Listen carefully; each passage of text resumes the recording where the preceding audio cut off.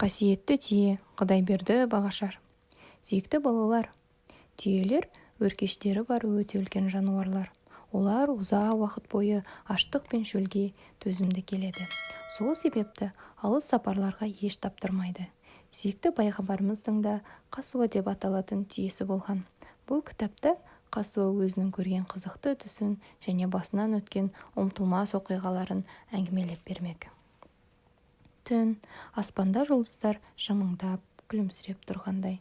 Соққан самал жел түннің әсемдігін ерекше арттырып тұр. Түйелер бір жерге жиналып алып, пысылдап ұйықтап жатыр. Бір кезде бір түйе селк ете түсті де оянып кетті.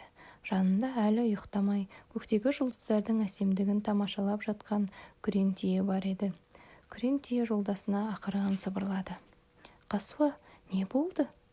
Еш нәрсе болған жоқ, жай әшейін түс көрдім. Пайғамбар түйесісің ғой, жай түс көрмейтін шығарсың. Не көрдің, айтып берші. Қасуа алысқа көзін тігіп ұзақ ойланып жатты да түсін айта бастады.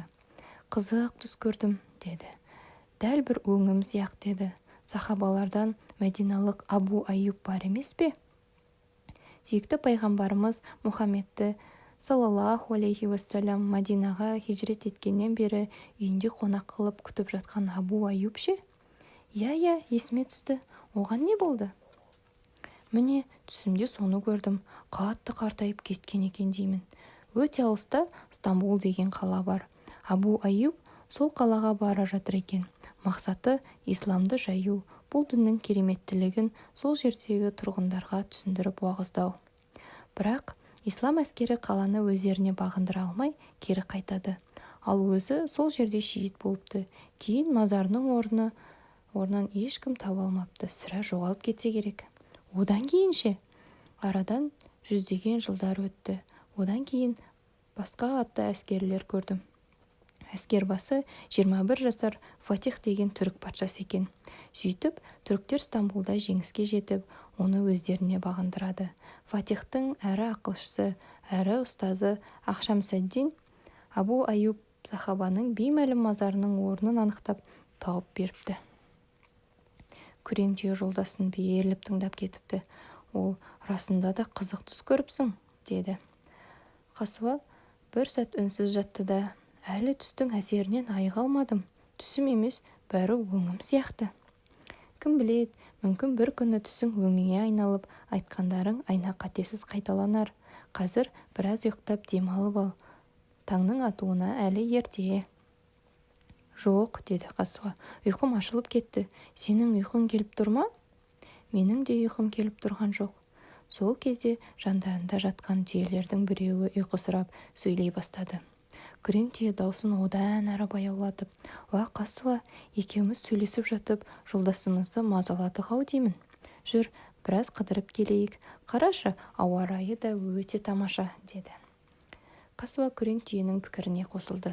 Екі түйе баяу адымдап қатар жүріп келеді. Түннің бір уақытында айнала тым-тырыс, тірі жан байқалмайды.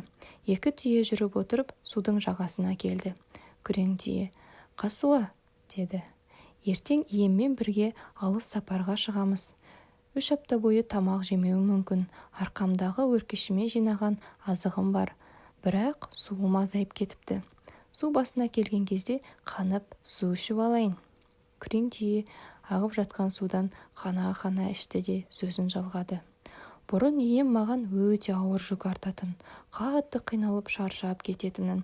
Әзірет Мұхаммед саллаллаху алейхи уассалям жануарларға жақсы қарауды, өте ауыр жүк артпауды бұйырғалы жақсы болып қалдым». Пайғамбарымыздың атын естіген Қасуа елең ете түсіп, көзі жайнап кетті. Ол, Әзірет Мұхаммед саллаллаху алейхи уассалям өте мейірімді жақсы адам, деді. Қасуа орнынан тұрды да өзін өсіп тұрған тікендерді жей бастады. Жеп жатып, Алла бізді өте керемет жаратыпты. Егерде үстіңгі ерніміз осылай жырық болмағанда, мына тікендерді қалай жер едік? Тікенді аузымызға салған сайын еріндеріміз жараланып, жанымызға батар еді, деді. Күрең түйе, білуші ме едің? Құран кәрімде біз түйелер туралы да аят бар екен. Бүгін бір мұсылман Құран оқып отырғанда естіп қалдым. Аят қалай еді? Қазір есіме түсірейін. Иә, есіме түсті. Түйелердің қалай жаратылғанына қарамай ма екен? Қасуа, жаратушымыз адамдардың ойлануын қалайды. Құран кәрімде маса, ара, өрмекші секілді басқа бауырларымыз жайында да сөз болады. Алланың жаратқан мақұлықтарына деген мейірімін, құдіретін көруге шақырады. Түйелер суға қанып, қарын тойдырған соң су жағасына барып шөкті. Күрең түйе, Қасуа, сен қашаннан бері пайғамбарымыздың түйесісің? Деп сұрады. Көп болған жоқ, есіңде ме, пұтқа табынушылардың зорлығынан қашып, бір жағы исламды уағыздау үшін мұсылмандар Меккеден Мединаға көшіп еді ғой. Мен бұрын Әбу Бәкірдің түйесі едім. Жолда пайғамбарымыз мені одан сатып алды. Әбу Бәкір мені сүйікті пайғамбарымызға сыйлағысы келді, бірақ ол қабылдамады. Күрең түйе, Мединаға қалай келгендеріңді айтып берші, деді. Жолда көптеген мұғжизаларға куә болдым. Артымыздан қалмай бізді қуып келе жатқан атты адам бар еді. Оның атының аяғы қайта-қайта құмға кіріп кете берді. Пайғамбарымыздың дұғасынан кейін атын құмнан шығарып кері қайтты. Одан кейін қысыр қалып суалып кеткен ешкіні пайғамбарымыз сипап еді. Ешкінің желіні сүтке толып иіп қоя берді. Бұл мұғжизалар маған қатты әсер етті. Алла пайғамбарымызға көмектесіп, оған таңғажайып нәрселер істетіп еді. Одан кейін ше, естіген шығарсың, Мәдинаға келмей тұрып, Құба ауылында қонақ болдық. Ол жерде мұсылмандардың алғашқы мешіті салынды. Мешіт салу барысында адамзаттың асыл тәжі Әзірет Мұхаммед саллаллаху алейхи уассаламда жолдастарымен бірге жұмыс істеді. Ол, саллаллаху алейхи уассалам, жұмыс істеуді жақсы көретін, бос отыруды, жалқаулықты жаны сүймейтін. Мен сендердің басшыларыңмын, деп шетке шығып қарап тұрмады. Бұл да маған қатты ұнады. Айтқан сөздерін естіген сайын пайғамбарымызға деген махаббатым арта берді. Айналасындағы адамдарға Алланы және бір-біріңді жақсы көріңдер, жақсылық жасаңдар, құлшылық етіңдер деп насихат айтушы еді. Қасуа демалып жатып өткен күндерін еске алды, терең ойға шомды. Күрең түйе, сендер Мединаға келіп кіргенде жиналған халықтың қуанышты дауысын естіп едім. Медина халқының сол күнгідей қуанғанын бұрын соңды еш көрмеп едім. Қасуа күлімсіреп, пах, сол күндер қандай тамаша еді. Бәрі қуанышты, бәрі көңілді. Жиналғандардың әрбірі пайғамбарымызды өз үйіне қонақ еткісі келіп, өздеріне шақырып әуреге түсті. Ал пайғамбарымыз саллаллаху алейхи уассалам ешкімді ренжіткісі келмей, мені бос жіберді. Мен жаңа ғана түсіме кірген Абу Айюбтың есігінің алдына барып шөктім. Абу Айюб пен әйелі қалай қуанғанын айтып жеткізу мүмкін емес. Сөйтіп, пайғамбарымыз Абу Айюбтың үйінде қонақ болды.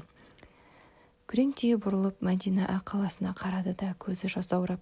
Меккеден Мединаға хижрет еткендер де, Мәдинада оларға құшақ жайып, көмегін аямағандар да қандай жақсы адамдар. Пайғамбарымыз саллаллаху алейхи уассалам оларды бір-біріне бауырластырғанда, олар өзара аралас-құралас болып кетіп еді. Қасуа басын изеп айтқандарын растады. Мединалықтар Меккеден келген бауырларына барлық жағынан көмек берді. Үй-жайы, дүние-мүліктерінен де тең бөліп берді. Күрең түйе, бірақ Меккеден келгендерде бос отырған жоқ. Мединалық бауырларына масыл болмау үшін дереу жұмысқа кірісті. Бұл Аллаға қатты ұнаған болу керек. Осы жағдайда суреттейтін аят түсіріпті. Мединада бұрыннан өмір сүріп келе жатқан, жүректеріне иман қонғандарға келсек, олар елін жерін тастап хижрет жасаған діндес бауырларын қатты жақсы көрді, қызғанышқа бармады. Өздері мұқтаж бола тұра, оларды өздерінен артық қоя білді, деді. Қасуа, қандай тамаша, көрдің бе, ислам адамдарға не үйреткен? Күрең түйе күлімсіреп, қалай ойлайсың? Сен меккеліксің, мен мединалықпын, екеуміз бауыр болайық па? Деді. Қасуаның көзі жасаурап, әрине, деді. Екі түйе мойындарын бір-біріне тақап құшақтасты. Мәдинада бұзарып таң атып келеді. Қаладағы халықтың қуанышында шек жоқ. Өйткені ислам дінінен халық махаббатты, бауырмашылықты, мейірімді және де басқа да жақсы қасиеттерді үйреніп жатыр. Соңы. Каналымызға тіркеліп кетіңіздер. Рахмет.